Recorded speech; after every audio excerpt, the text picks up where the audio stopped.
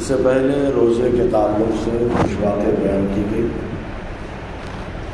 آخری بات جو بیان کی گئی وہ یہ کہ حضرت ابو سعید خدری رضی اللہ تعالی عنہ سے روایت ہے کہ نبی رحمت صلی اللہ علیہ وسلم نے فرمایا، جس نے رمضان کا روزہ رکھا اور اس کی حدوں کو پہچانا اور جس چیز سے بچنا چاہیے تھا اس سے بچا، تو جو پہلے گناہ کر چکا ہے سارے گناہوں کا یہ روزہ کفارہ ہو گیا، یعنی ان گناہوں کو مٹانے والا ہو گیا۔ ایسے ہی ایک روایت میں آیا، عبداللہ ابن عباس رضی اللہ تعالی عنہما سے روایت ہے کہ حضور صلی اللہ علیہ وسلم نے ارشاد فرمایا، جس نے مکے میں رمضان پایا، سبحان اللہ، جس نے مکے میں رمضان پایا اور روزہ رکھا اور رات میں جتنا میسر آیا قیام کیا یعنی عبادت کی، تو اللہ تعالیٰ اس کے لیے اور جگہ کے 1,00,000 رمضان کا ثواب لکھے گا۔ یعنی رمضان مکے میں ملے اور وہاں روزہ رکھے اور جتنا میسر ہو، طاقت ہو، اتنا قیام کرے، تو اور جگہ 1,00,000 رمضان۔ 1,00,000 رمضان کا مطلب سمجھے یار، اتنی عمر بھی نہیں ہوتی، اللہ تبارک و تعالیٰ اتنا ثواب عطا فرمائے گا۔ اللہ تعالیٰ ہم سب کو مکے میں رمضان عطا فرمائے، اور ہر دن ایک غلام آزاد کرنے کا ثواب، اور ہر رات ایک غلام آزاد کرنے کا ثواب، اور ہر روز جہاد میں گھوڑے پر سوار کر دینے کا ثواب، اور ہر دن میں اچھائیاں اور ہر رات میں اچھائیاں لکھے گا۔ ایک روایت میں آیا، حضرت جابر بن عبداللہ رضی اللہ تعالی عنہما یہ بیان فرماتے ہیں کہ رسول اللہ صلی اللہ علیہ وسلم نے فرمایا، میری امت کو رمضان میں 5 باتیں دی گئی کہ مجھ سے پہلے کسی نبی کو نہ ملی، یعنی خالی اسی امت کو ملی، کسی اور کو یہ 5 باتیں اللہ تبارک و تعالیٰ نے نہیں عطا فرمائی۔ اول، پہلی بات، جب رمضان کی پہلی رات ہوتی ہے تو اللہ تعالیٰ ان کی طرف نظر رحمت فرماتا ہے، جس کی طرف اللہ تعالیٰ نظر رحمت فرماتا ہے اسے کبھی عذاب نہ دے گا۔ تو اس امت کی طرف رمضان کی پہلی رات میں ہی نظر رحمت ہو جاتی ہے اللہ تعالیٰ کی، اور جس کی نظر رحمت، جس پر اللہ تعالیٰ کی نظر رحمت ہو جائے اللہ تعالیٰ اس کو عذاب کبھی نہیں دے گا۔ دوسری یہ کہ شام کے وقت ان کے منہ کی بو اللہ تعالیٰ کے نزدیک مشک سے بھی زیادہ پسندیدہ ہے۔ تیسری، ہر دن ہر رات میں فرشتے ان کے لیے بخشش کی دعائیں کرتے رہتے ہیں، اس امت کی بخشش کی دعا کرتے ہیں فرشتے، رات میں بھی دن میں بھی۔ یہ رمضان میں اللہ نے اسپیشل اس امت کو خاصیت عطا فرمائی ہے۔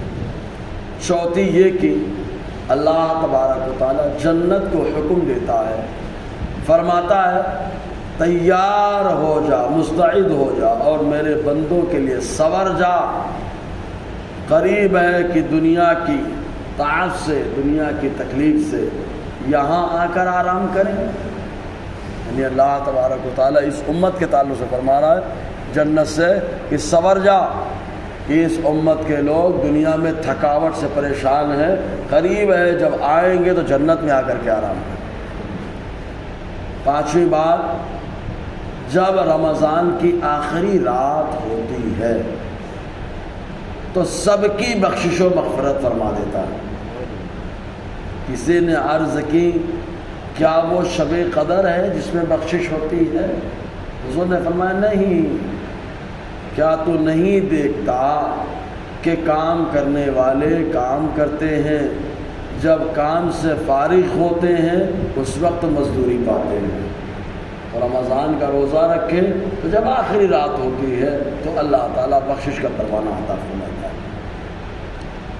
ایک روایت میں آیا، امام حاکم نے کعب بن حجر رضی اللہ تعالیٰ عنہ سے روایت کی کہ رسول اللہ صلی اللہ علیہ وسلم نے فرمایا سب لوگ ممبر کے پاس حاضر ہوں، یعنی اپنے ممبر کے قریب حضور صلی اللہ علیہ وسلم نے سب کو جمع کیا، سب لوگ حاضر ہو گئے سارے صحابہ۔ جب حضور صلی اللہ علیہ وسلم ممبر کی پہلے درجے پر یعنی پہلی پیتری پر حضور چڑھے، کہا آمین، پھر دوسری پیتری پہ چڑھے، پھر کہا آمین، تیسری پیتری پہ چڑھے، پھر کہا آمین۔ جب جلوہ افروز ہو گئے ممبر پہ تو صحابہ کرام نے عرض کیا یا رسول اللہ صلی اللہ علیہ وسلم آج ہم نے آپ سے وہ بات سنی ہے کہ اس سے پہلے کبھی نہیں سنی تھی۔ حضور نے فرمایا ہاں، جبرائیل نے آ کر مجھے بتایا کہ وہ شخص دور ہو جس نے رمضان پایا اور اپنی مغفرت نہ کرا سکا، تو میں نے کہا آمین۔ کہ جب دوسرے درجے پہ چاہا تو جبرائیل نے کہا وہ شخص بھی دور ہو جس کے پاس میرا ذکر ہو اور وہ مجھ پر درود نہ بھیجے صلی اللہ علیہ محمد صلی اللہ علیہ وسلم، تو میں نے کہا آمین۔ جب میں تیسرے درجے پہ چڑھا تو جبرائیل نے کہا وہ شخص بھی دور ہو جس کے ماں باپ دونوں یا ایک کو بڑھاپا آئے اور ان کی خدمت کر کے جنت میں نہ جائے۔ میں نے کہا آمین۔ آمین کہنے کی وجہ یہ تھی، حضرت ابو ہریرہ رضی اللہ تعالی عنہ سے روایت ہے کہ رسول اللہ صلی اللہ علیہ وسلم نے فرمایا جب رمضان کی پہلی رات ہوتی ہے تو اللہ تعالی اپنی مخلوق کی طرف نظر رحمت فرماتا ہے، اور جب اللہ تعالیٰ کسی بندے کی طرف نظر رحمت فرمائے تو اسے کبھی عذاب نہ دے۔ رمضان میں ہر روز 10 لاکھ کو جہنم سے آزاد فرماتا ہے، سبحان اللہ۔ روز اللہ تعالیٰ 10 لاکھ لوگوں کو جہنم سے آزاد فرماتا ہے، تو 30 روزے میں اندازہ لگائیے ماشاءاللہ۔ جب اور یہ بیان کثرت کے لیے 10 لاکھ خالی فکس نہیں ہے، زیادہ بھی ہو سکتے، اللہ تعالیٰ کا کرم۔ جب 29ویں رات ہوتی ہے تو مہینے بھر میں جتنے آزاد کیے ان کے مجموعے کے برابر اس 29ویں رات میں آزاد فرماتا ہے۔ اور پھر جب عید الفطر کی رات آتی ہے، یعنی اس کو ہم لوگ چاند رات کہتے ہیں، ملائکہ خوشی کرتے ہیں، اللہ تعالیٰ اپنے نور کی خاص تجلی فرماتا ہے، فرشتوں سے فرماتا ہے اے فرشتوں کی جماعت اس مزدور کا کیا بدلہ ہے جس نے پورا کام کر لیا ہے۔ فرشتے عرض کرتے ہیں مولا اس کو پورا اجر دیا جائے، پوری مزدوری دی جائے۔ اللہ تعالیٰ فرماتا ہے تم گواہ ہو جاؤ کہ میں نے ان سب لوگوں کو بخش دیا ہے۔ اتنے روزے دار ہوتے ہیں، اللہ تعالیٰ سب کی بخشش کا فرمانا عطا فرماتا ہے۔ ابو مسعود غفاری رضی اللہ تعالیٰ عنہ سے ایک بڑی لمبی حدیث پاک مروی ہے، اس کا خلاصہ اس میں حصہ ہے ابن خزیمہ کے اندر کہ حضور صلی اللہ علیہ وسلم نے فرمایا اگر بندوں کو معلوم ہوتا کہ رمضان کیا چیز ہے تو میری امت تمنا کرتی کہ پورے سال رمضان بھی ہو۔ سب سے بڑی بات خالی ایک بات سمجھ لے، رمضان میں جو آدمی انتقال کرتا ہے فتنہ قبر سے محفوظ رہتا ہے، یعنی کوئی عذاب نہیں ہوتا، کوئی ٹینشن نہیں رہتا۔ تو ظاہر سی بات ہے رمضان میں انتقال ہو 11 مہینے میں ہو تو سب ٹینشن ہی ٹینشن۔ تو جو آدمی خالی اسی بات کو جان لے یار میرا انتقال کب ہوئے گا معلوم نہیں، تو وہ خود تمنا کرے گا پورا سال رمضان ہوتا تو رمضانی میں انتقال ہوتا، عذاب قبر سے محفوظ ہوتا، ٹینشن ہی نہیں ہے۔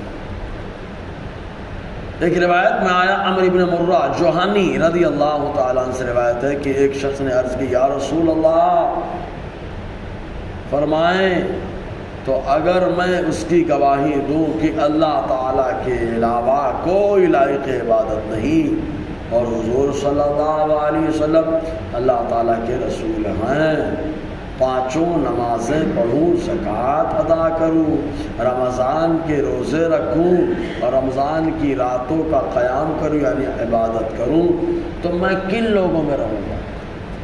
یہ سب باتیں کرتا ہوں تو میں کن لوگوں میں شامل ہو جاؤں گا؟ حضور نے فرمایا صدیقین اور شہداء میں ہو جاؤ گے. سبحان اللہ. صدیقین کون؟ انعم اللہ علیہم من النبیین والصدیقین والشہداء والصالحین. جن پر اللہ تعالیٰ کا خاص کرم ہوا وہ نبی، صدیقین، شہداء اور نیک لوگ ہیں. تو اللہ کے رسول نے فرمایا نبی تو نہیں ہو سکتے کیونکہ حضور آخر نبی ہیں، تو صدیقین اور شہداء کی جماعت میں شامل ہو جاؤ گے. ایسے ہی اور بھی حضور صلی اللہ علیہ وسلم نے الگ الگ مقامات پر روزے کی شان کو اجاگر فرمایا. انشاءاللہ اور آگے باتیں ہوتی رہیں گی. اللہ تعالیٰ ان باتوں کو، ان فضائل کو عام کرنے کی توفیق عطا